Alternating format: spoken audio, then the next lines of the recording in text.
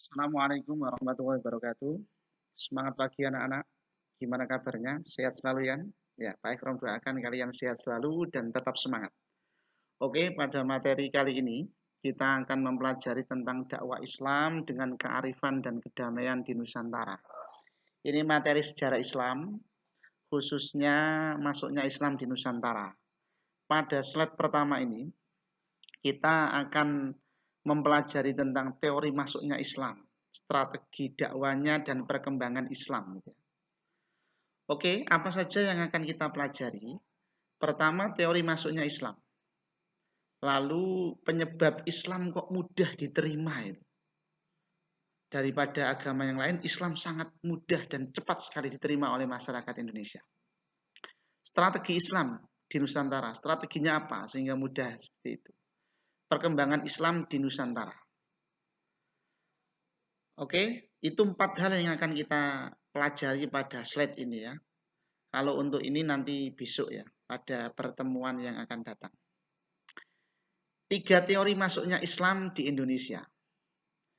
Pertama, itu ada teori Gujarat.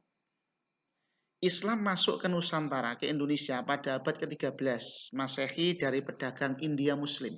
Jadi dari India asalnya. Ini teorinya Pitsnapel dari Universitas Leiden yang mengatakan bahwa asal muasa Islam dari Gujarat dan Malabar. Jadi Indonesia itu diislamkan oleh orang-orang Gujarat. Teori yang kedua yang membantah teori Gujarat, ya, teori Makkah. Islam masuk ke Nusantara pada abad ke-7 Masehi atau pertama Hijriyah dari pedagang Arab. Enggak, Islam itu datang dari Arab. Ini teorinya Hamka. Bukan dari Gujarat tapi dari Arab. Ada lagi teori Persia. Islam masuk ke Indonesia dari Persia ya, sekarang kita kenal Iran ya. Singgah di Gujarat pada abad ke-13. Hal ini terbukti dari kebudayaan Indonesia yang memiliki persamaan dengan Persia. Banyak sekali kebudayaan-kebudayaan Islam yang coraknya Persia. Ini yang menyebabkan Islam itu dikatakan asalnya dari Persia. Ini pencetusnya Husain Joyodiningrat. Apa faktor penyebab Islam mudah diterima di Indonesia? Yang pertama, kewajiban berdakwah bagi setiap umat Islam. Jadi setiap umat Islam itu wajib berdakwah.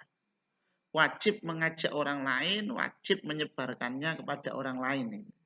Ini yang membuat Islam mudah diterima. Yang kedua, kesungguhan dan keuletan hati para pendakwanya. Jadi dia berdakwah pada keluarganya, pada tetangganya, pada orang di sekitarnya. Nah inilah Islam sangat mudah berkembang karena yang didakwai temannya, keluarganya, tetangganya. Dari situ berkembang menjadi banyak. Yang ketiga, prasyarat masuk Islam itu mudah. Tidak ribet, cukup mengucapkan 2 kalimat syahadat. Ini sehingga orang Nusantara itu sangat mudah mengucapkan asyhadu alla ilaha illallah wa asyhadu anna muhammadar rasulullah. Yang penting Islam dulu, persoalan nanti ibadahnya itu nanti sambil jalan. Yang keempat, ajaran Islam itu mengajarkan persamaan hak. Islam tidak mengenal kasta ya. Orang Jawa sudah mengenal Hindu-Buddha yang ada kastanya. Tapi Islam tidak mengenal kasta, tidak mengenal diskriminasi, sehingga banyak orang yang tertarik terhadap itu. Penyebab Islam dilakukan, penyebarannya dilakukan dengan damai tanpa kekerasan. Jadi sesuatu yang disebarkan dengan cinta, dengan damai itu akan mudah masuk ke hati. Itulah mengapa Islam mudah diterima di Indonesia. Yang keenam, raja Islam itu berperan aktif dalam berdakwah di wilayahnya. Kalau ada kerajaan Islam, maka rakyatnya ikut Islam. Jadi apa corak dari politik atau kerajaan itu, itulah agama dari masyarakatnya. Ini yang menyebabkan Islam mudah diterima di Indonesia. Oke, strategi dakwah Islam di Nusantara. Apa strateginya? Yang pertama melalui perdagangan. Jadi orang yang mengislamkan di Jawa, di Nusantara itu melalui perdagangan. Nusantara itu dilalui jalur perdagangan laut yang menghubungkan Eropa, Cina, dan Asia. Dulu transportasi darat itu nggak ada. Sulit lah. Transportasi udara juga kesulitan. Satu-satunya transportasi lintas internasional itu yaitu melalui laut. Maka wilayah yang dimasuki itu ya wilayah-wilayah pesisir melalui perdagangan. Yang kedua, melalui pernikahan. Pertemanan dalam bisnis membawa para saudagar pribumi menikahkan anak gadisnya dengan pedagang. Nah, sebelum menikah, dia sudah Islam dulu. Calon istrinya, mertuanya, dan lain-lain, supaya pernikahannya menjadi sah harus Islam dulu. Nah, ini proses pernikahan dari cinta menuju hidayah ini. Jadi karena cinta seorang mendapatkan hidayah untuk masuk Islam. Melalui pendidikan, yang ketiga. Para saudagar itu berdakwah melalui pendidikan. Awalnya di surau atau langgar yang kecil. Kok banyak muridnya? Buatlah masjid. Banyak jamaahnya. Tapi pengen menginap di situ, nggak ada tempat, maka dibangunlah pesantren. Jadi melalui pendidikan-pendidikan itu Islam tersebar dengan mudah. Yang keempat, melalui kesenian. Jadi masyarakat Indonesia, Nusantara itu sudah biasa dengan seni ya. Terbiasa dia. Sebelum Islam datang itu kesenian sudah banyak sekali. Salah satunya adalah wayang kulit dan Sunan Kalijaga lihai di dalam mengemas itu. Cerita-ceritanya biasanya dari Mahabharata dan Ramayana. Kenapa Mahabharata dan Ramayana? Karena masyarakat kita itu sebelumnya mengenal Hindu Buddha. Dari cerita Mahabharata dan Ramayana ini dimodifikasi dengan nilai-nilai Islam. Jadi orang nonton wayang itu sesungguhnya diislamkan oleh Sunan secara tidak sadar. Sehingga dia membawa pulang cerita-cerita keislaman dan dia melafalkan kalimat-kalimat dalam cerita itu secara tidak langsung dia bersahadat. Melalui politik yang kelima ya. Islam disebarkan dengan politik. Artinya kerajaan ikut berperan menentukan agama dari masyarakat. Kalau kerajaannya Islam, semua rakyatnya Islam. Yang keenam, melalui pengobatan. Jadi orang sakit itu pasti ya. Jadi begitu orang sakit datang ke tabib, para pedagang itu juga berdagang dan bisa mengobati. Dia membawa obat-obat tradisional. Setelah dia berobat di situ, para pedagang itu menyampaikan, sebelum kau minum obat, baca doa ini, baca doa ini, baca doa, baca doa, baca doa. Nah, secara tidak langsung dia membaca doa karena ingin sehat. Nah, dia menjadi Islam. Oke, sekarang perkembangan Islam di Nusantara, di Sumatera. Ini pertama kali lihat petanya ya. Peta pertama kali itu di Sumatera. Di situ ada Aceh. Aceh itu orang dari luar negeri datang ke situ, ketemunya di Perlak pertama itu. Karena memang itu di ujung sana. Nah, daerah pertama dari Kepulauan Nusantara yang dimasuki Islam adalah Sumatera bagian utara. Khususnya Pasai dan Perlak. Karena memang itu pesisir ya. Karena ini lalu lintas udara itu tidak ada, laut darat tidak ada, yang ada hanya laut.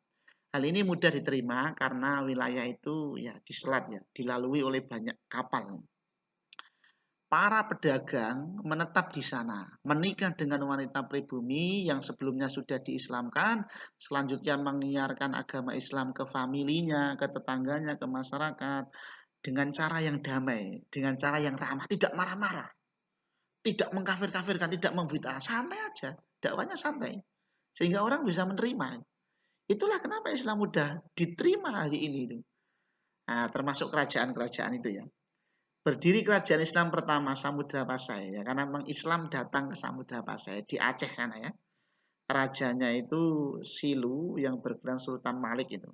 Dia menikah dengan Raja Perlak dan Raja Perlak pun anaknya dinikahi itu lalu masuk Islam.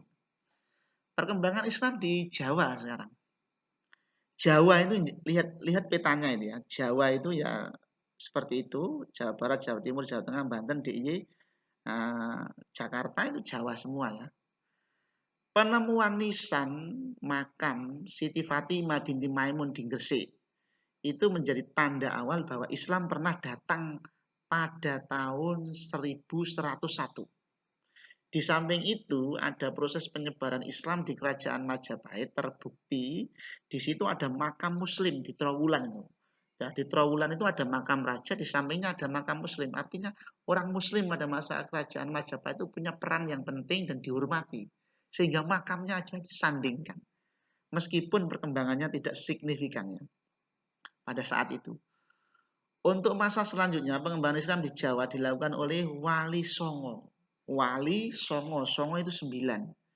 Jadi Wali Songo kita kenal ada Sunan Gresik, Sunan Ampel, Sunan Bonang, Sunan Giri, Sunan Derajat, Sunan Gunung Jati, Sunan Kudus, Sunan Kalijaga, dan Sunan Muria. 9. Di Jawa Timur ada 5, di Jawa Tengah ada 3, dan di Jawa Barat ada 1. Nanti dipelajari ya biografi masing-masing ini supaya bisa lebih memahami dari sumber manapun gitu ya. Dan Wali Songo ini berhasil mengislamkan Jawa dengan syarat damai karena ada akulturasi budaya. Jadi menggabungkan antara agama dengan budaya dengan cantik itu. Jadi tidak pakai kekerasan, santai aja. Gitu. Perkembangan Islam di Sulawesi misalnya ya. Sulawesi lihat petanya itu ya. Daerah mana yang pertama masuk ya di situ. Yang merah-merah itu. Tapi pada akhirnya nanti menyebar sampai ke dalam ya. Karena itu yang dekat laut ya. Ada kerajaan Gua Talo. Gua dan Talo itu 2 kerajaan karena saling bersatu dan dia sangat rukun atau dikenal dengan kerajaan Makassar ya. Selain kerajaan di Sulawesi itu penyebaran Islam dilakukan oleh 2 tokoh yang sangat sentral. Datuk Ribandang dan Datuk Sulaiman ini menyebarkan Islam ke kampung-kampung secara masif dilakukan dan peninggalannya sungguh luar biasa. Jejak-jejak keislaman 2 datuk ini. Makamnya sampai hari ini dimuliakan, dihormati sebagai wujud tadi peninggalan sejarah. Di Kalimantan yang merah-merah itu dimasuki kerajaan Daha. Dulu ada kerajaan yang hebat namanya Daha. Rajanya meninggal, lalu tahtanya diserahkan pada Pangeran Tumenggung, tapi ada cucunya yang merasa berhak, tidak terima. Menurut Hikayat Banjar, Pangeran Samudra cucunya ini minta bantuan ke Demak. Lalu disepakati, kalau nanti dibantu dan menang, maka kerajaan yang akan dipimpin itu menjadi kerajaan Islam. Dan ternyata menang. Akhirnya kerajaan yang ada di Daha itu menjadi Islam semua karena atas bantuan Demak tadi. Jadi Islam. Itu ya di Kalimantan. Lalu di Maluku dan sekitarnya, lihat itu yang merah-merah itu dulu pengislamannya di sana. Nah, pada tahun 1400 sampai 1500, Islam telah masuk dan berkembang di Maluku. Ini dibawa oleh pedagang muslim dari Pasai, dari Malaka, dari Jawa. Mengislamkan mereka. Nah itu, di sana ada raja-raja Maluku yang masuk Islam. Misalnya Raja Ternate, Raja Tidore, Raja Bacan. Itu semua masuk Islam karena pengislamannya. Begitu rajanya Islam, semuanya ikut Islam. Ini perkembangan Islam di Nusantara. Sampai sini dulu. Nanti akan kita lanjutkan pada materi selanjutnya ya. Cukup sekian, semoga manfaat. Jangan lupa tetap semangat.